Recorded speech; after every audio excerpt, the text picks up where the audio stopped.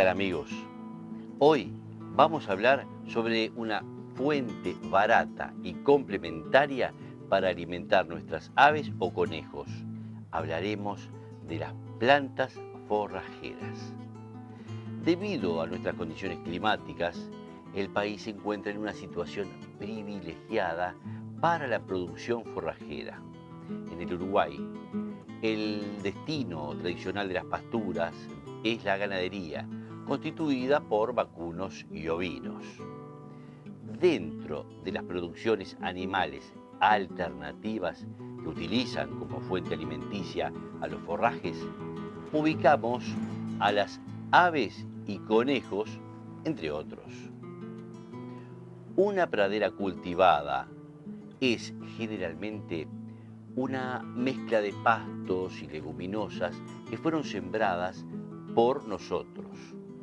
Es un ecosistema complejo y biodiverso en el que crecen en conjunto algunas especies forrajeras, otras denominadas malas hierbas o malezas, así como insectos, arácnidos, entre otros animales.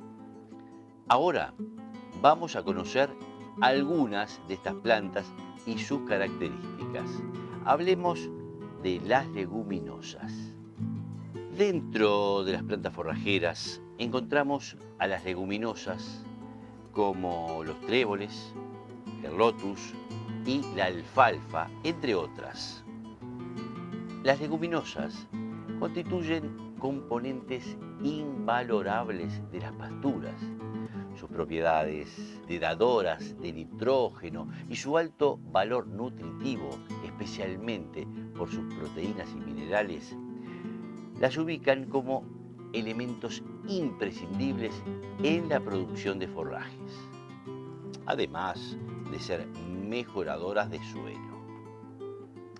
Estas características se deben a la presencia de nódulos en sus raíces que se forman por la asociación que la planta hace con bacterias capaces de fijar el nitrógeno desde el aire.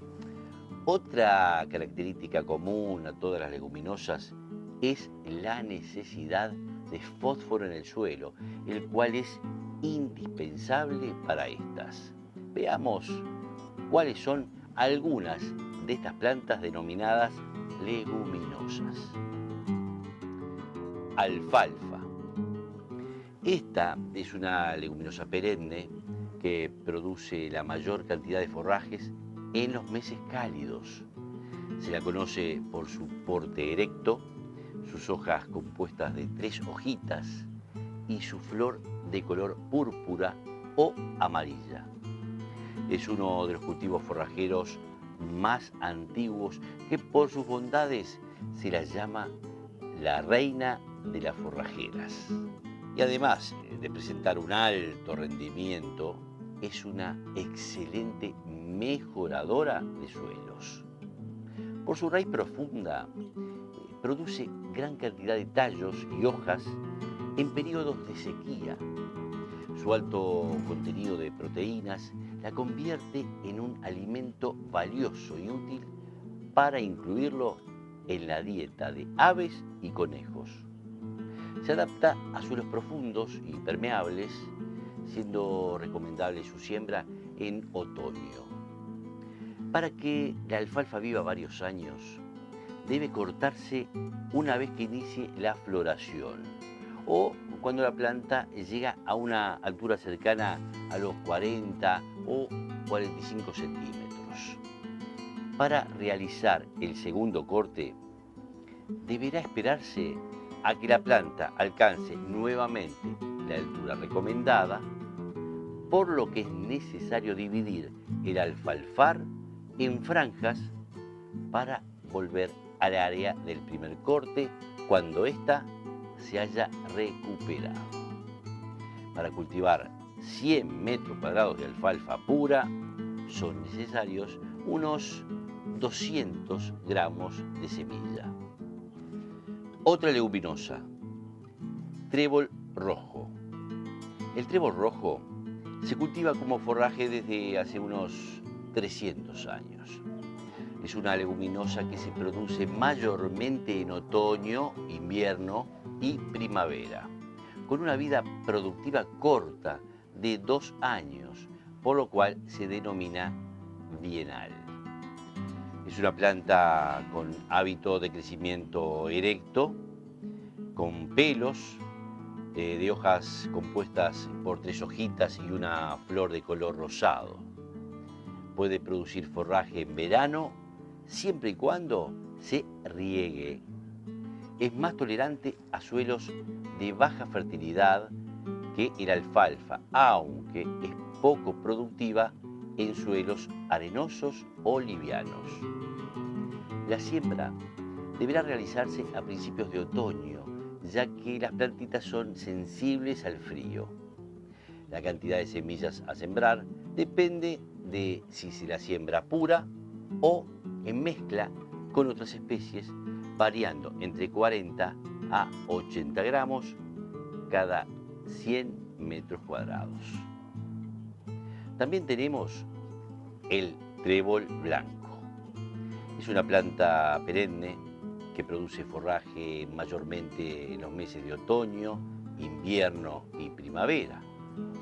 A diferencia del trébol rojo, no presenta pelos, su hábito de crecimiento es rastrero y sus flores son blancas. La sobrevivencia de sus plantas depende mucho de las condiciones ambientales, principalmente de la falta de agua que se produce en el verano debido a que sus raíces son muy superficiales.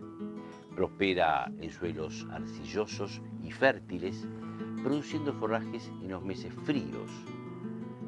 La cantidad de semillas a sembrar depende de si se la siembra pura o en mezcla con otras especies, variando entre 20 a 50 gramos cada 100 metros cuadrados.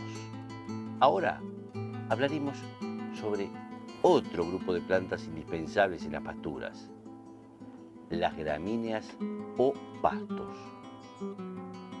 Las gramíneas, en una pastura mezcla, constituyen el volumen más importante del forraje para los animales. En una pradera cultivada, las gramíneas o pastos son el complemento ideal a las leguminosas, ya que se benefician del nitrógeno que fijan estas últimas. Además, gramíneas anuales como el trigo o la avena producen granos ricos desde el punto de vista alimenticio que son bien aprovechados por los animales de granja. Existen gramíneas anuales de verano o de invierno y perennes. Veamos algunos ejemplos de invierno y otros de verano. Gramíneas o verdeos de invierno. Hablaremos del trigo.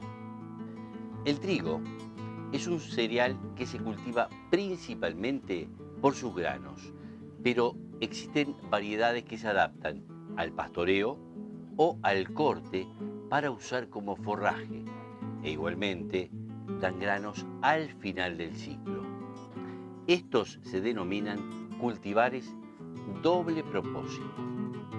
La siembra se realiza desde abril a julio, dependiendo de que el objetivo de siembra y del cultivo sea para verdeo o para producir grano únicamente.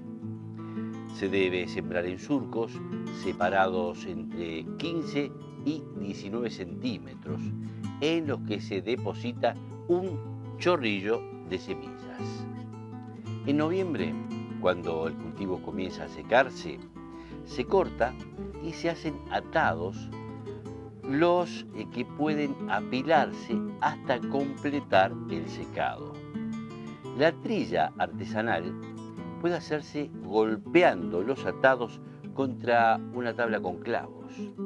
Esta técnica puede aplicarse a los demás cereales. Los granos pueden alimentar a las aves y los conejos. La cantidad de semillas a sembrar depende de si se la siembra pura o en mezcla con otras especies, variando entre 500 a 1200 gramos cada 100 metros cuadrados. Otra gramínea de invierno, la avena. Es otra especie forrajera que se adapta muy bien a nuestros inviernos. Puede sembrarse en el otoño al voleo sobre un suelo trabajado. Conviene cubrir las semillas con algo de tierra o compost a no más de 1,5 centímetros de profundidad para lograr una germinación pareja del cultivo y evitar que los pájaros las coman. Se puede dejar una parte del área sembrada como semillero a los efectos de tener semillas para los animales o para las siembras en el próximo otoño. Si se va a cortar el forraje, no conviene dejar pasar más de 20 centímetros de altura, cortándolo a una altura de 5 centímetros sobre el suelo. La cantidad de semillas a sembrar depende de si se la siembra pura o en mezcla con otras especies, variando entre medio y 1 kilogramo cada 100 metros cuadrados.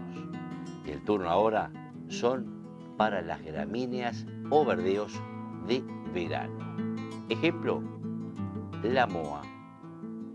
La moa es una gramínea de ciclo corto, de crecimiento rápido, que puede sembrarse a partir de octubre y hasta enero.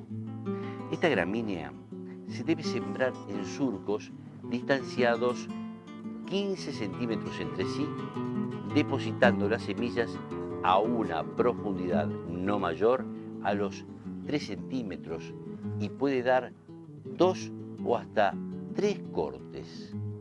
El corte se realiza cuando las plantas tienen entre 15 y 20 centímetros de altura y se dejan a una altura de 5 centímetros del suelo.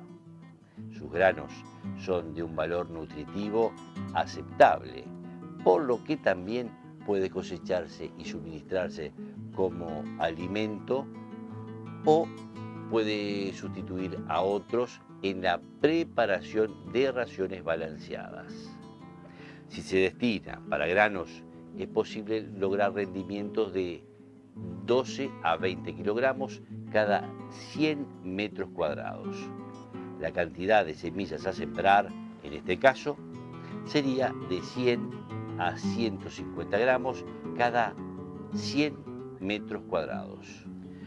Bueno, amigos, esperemos que estos consejos puedan serles útiles en su huerta orgánica. Hasta la próxima.